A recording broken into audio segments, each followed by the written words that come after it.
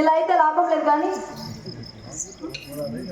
మళ్ళీ వెళ్ళి యశోదమ్మకి చెప్తాం పదండి. అలాగే అక్క. అమ్మా యశోదమ్మ, ఏమిటమ్మా? మీ కృష్ణుడు మళ్ళీ మా దోవ కట్టకిచ్చి చేయడం చేస్తున్నాడమ్మా. అవునా అమ్మా?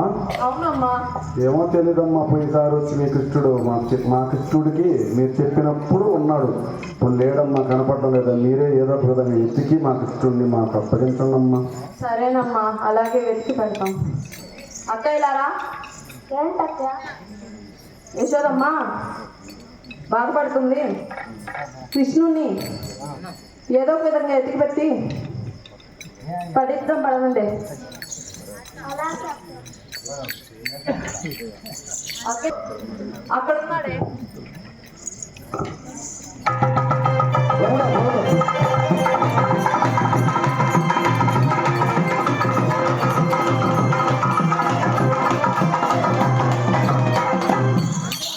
ఇక్కడే ఉన్నాడు.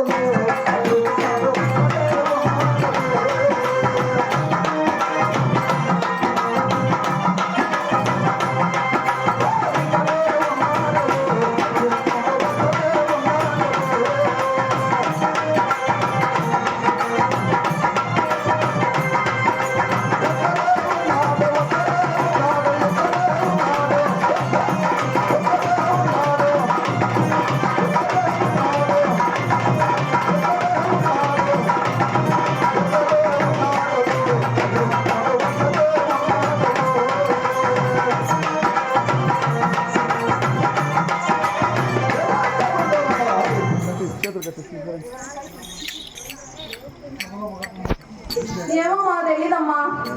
ఈసారి కానీ మా దోకాన్ని అడ్డకొస్తే కాళ్ళు చేతులు కట్టేసి బావిలెట్ చేతిలో వేస్తామమ్మా. సరేనమ్మా.